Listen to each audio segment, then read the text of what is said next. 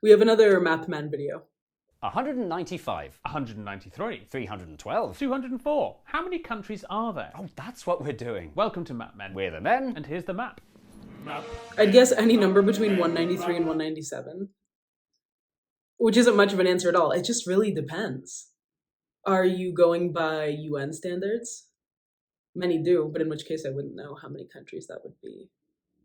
But even then, some countries don't recognize other countries, so your location matters because the number would differ between the UK and Spain, as one recognizes Kosovo and one doesn't.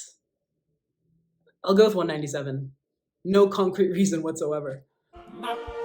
Final answer. In 3200 BC, 5223 BN, the best Before travelled now. people in the world were the Iranians. because every Iranian had visited every country in the world. Iran. It was the first place to form a sort of government over a sort of territory, making it a sort of country. But then, visiting every country became doubly difficult when Egypt assembled itself into a state of its own. And things only got more complicated from there. Countries started popping up everywhere, including early versions of China, Vietnam, India, Armenia, North Korea, and finally every other country. So, what exactly is the grand total now at 5 p.m. in 2024?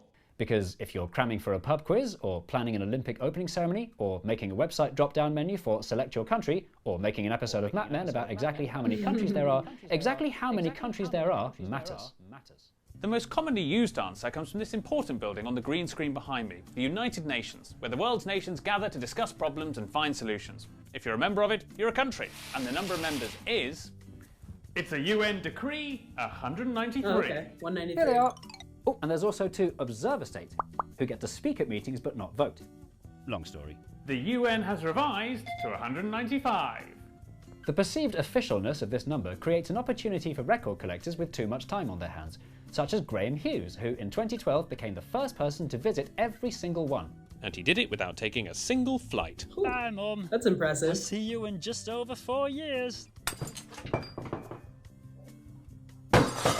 But did Graham really finish the job? Can he definitely say he visited every country in the world just because he followed the UN's list? Not necessarily. Take Taiwan. Something China wants to do. Taiwan, which behaves exactly like a country, with its own government, flag, military, currency, capital city and national anthem, is not considered a country by the UN, because Taiwan claims that it's actually China. What? I actually just learned that a few years ago. It's quite a plot twist.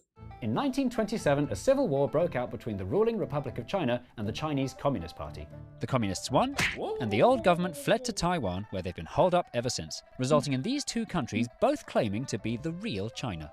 For a long time, most of the world continued to recognise only the exiled government, but the passage of time And the passage of economic superpower saw Communist China fully accepted by the UN in 1971. Taiwan is, of course, just one of many examples of de facto countries who lack UN recognition for similar reasons. Others are Kosovo, Somaliland, Western Sahara, Northern Cyprus, South Ossetia, Transnistria, Abkhazia, Niue, Cook Islands and SMOM, who aren't members but all have at least one member friend.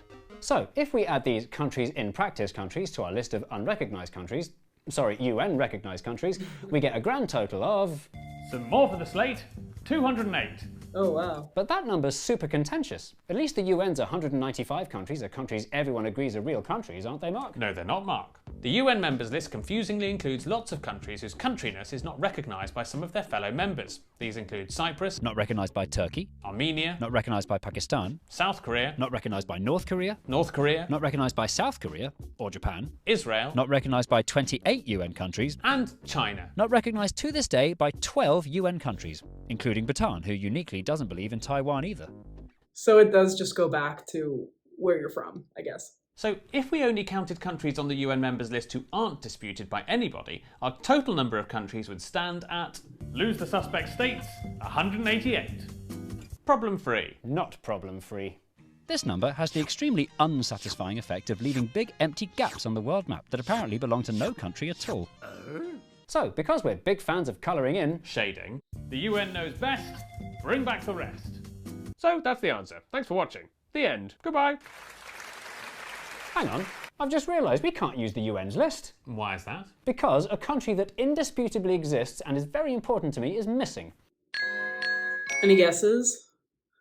I'm gonna guess it's the country that they're from, although I wouldn't know the story behind that.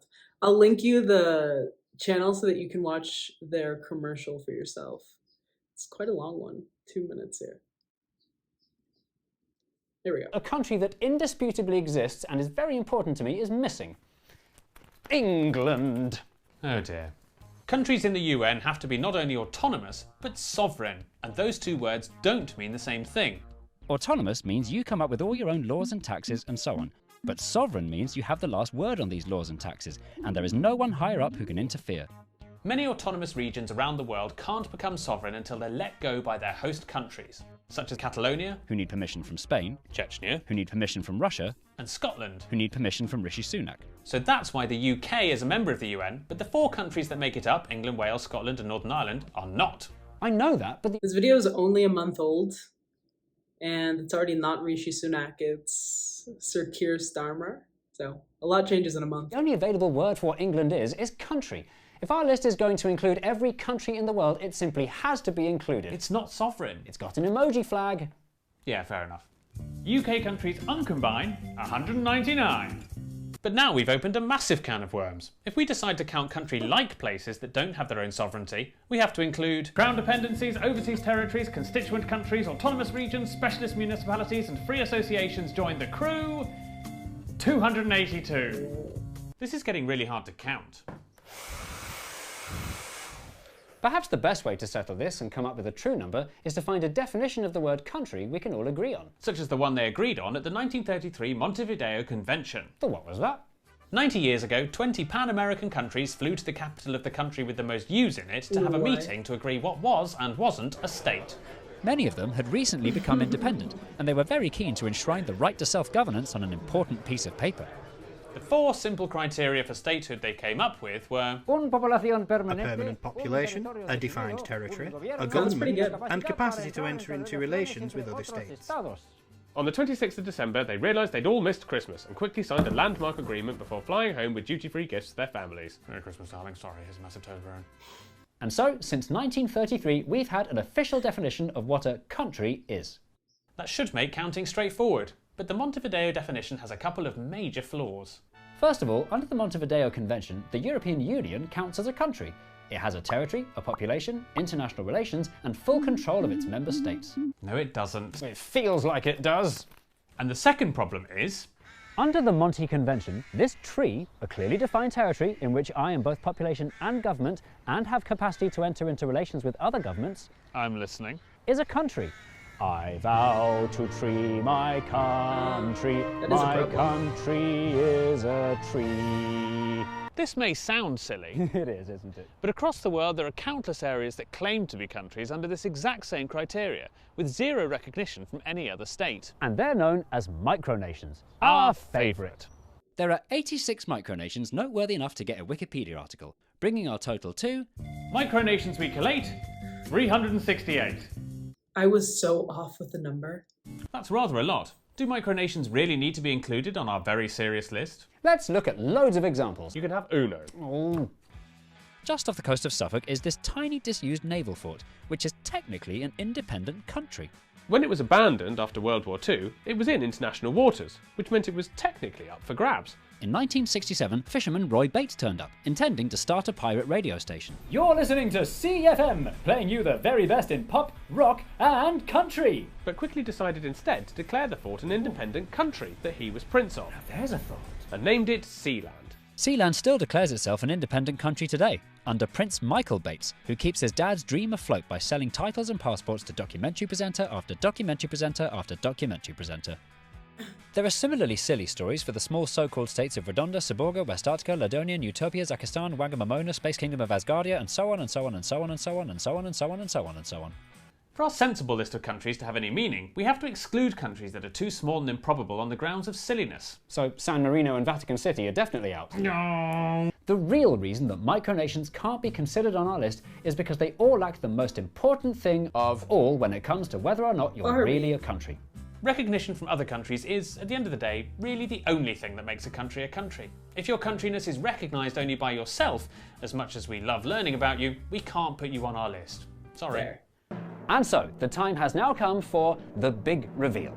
Based on all the evidence, the official answer to how many countries are there is 200-ish? Yeah, sort of Yeah, high 100s, low 200s. About 200. Ultimately, because different countries recognise different countries as countries, the only possible answer to the question, how many countries are there, is it depends who you ask. Yeah, okay. Counting's a pointless task. It depends who you ask. Perhaps it's more important to ask why it matters. Counting countries seems like a very 20th century pastime on an increasingly interconnected planet. The more the world's nations work together, the more we harmonise our trade and laws, and the more we interact on a daily basis with people from all over the world, the more we celebrate diversity within countries, the more the lines between nations and regions get beautifully blurred. Your nation state is just one of many different entities you can claim allegiance to, from your city, to your region, to your continent or your hemisphere. In time, the question of how many countries there are will only become more and more complicated and become less and less relevant. Can I still wave my flag? You can do what you want. Hooray! The answer to this one was very similar to their video on how many continents there were. It just kind of depends. So this was from the Jay Foreman channel, which of course I'll link down below. They've hit a good mix of relaxing video and the educational video. Up until semi-recently, when we watched this video on Patreon comparing the ages of the oldest countries, which then led us to look into what makes for a UN recognized country, I thought that Kosovo was just internationally recognized. It could be that I was taught it was, but it turns out that I think every country in the G7 recognizes Kosovo, but some countries in Europe don't. Spain and Greece don't, for example. But I'm also the same person who watched The Princess Diaries as a child and believed that Genovia was a country up until probably around 4th grade. In my mind, it is possible that I confused it with Geneva, which also isn't a country but a city in Switzerland, so not the best track record there. If you know the backstory of why a certain country doesn't recognize another country, please give it down below. And that's it, leave your thoughts. The category is books set in fictional countries. So let me know if you can think of a title. I think one of the most famous examples would be George Orwell's 1984, with East Asia, Eurasia, and Oceania. Although Oceania is what I call the continent. And then lately I've been in this Evelyn Waugh rabbit hole. And in his book, Scoop, it's about a civil war set in a fictional country of Ishmaelia, if I'm pronouncing that correctly. But my top choice today is going to be Handmaid's Tale by Margaret Atwood, which is set in the fictional country of Gilead. It's such a well-written, eerie book. If you've seen the series, it deviates from the book, which still makes it worth the read. Different take on a future dystopian society. Margaret Atwood's ability to world build made the characters' situations so believable. I'm going to link you a free audio reading of it here on YouTube, which is read by the actress who plays the protagonist in the series. Elisabeth Moss, I think is her name. I believe so. You'll find it linked. For the music, it'll be open category, since the video is about every country in the world. A song from any country in the world, any language, any genre as always. Leave your top choices. My first is from Puerto Rico, Los Walters, with their song Toca Madera. They make indie rock, some pop elements in there. The song is catchy in a non-disgusting way, if that makes sense. Also, it reminds me of summer, for whatever reason. And the second choice is a British singer-producer, Michael Kiwanuka, Love and Hate. I heard another one of his songs featured on Big Little Lies, if you ever saw that show. Probably fits under the soul genre. Really beautiful voice. And lastly, Cornel Kovacs is Swedish, I want to say. Pantalon is a song in Spanish language. I honestly don't know where he picked up the vocals. It sounds a bit like you took an 80s workout genre of music and pulled it into the modern day. So those were 3 choices, and that's really it.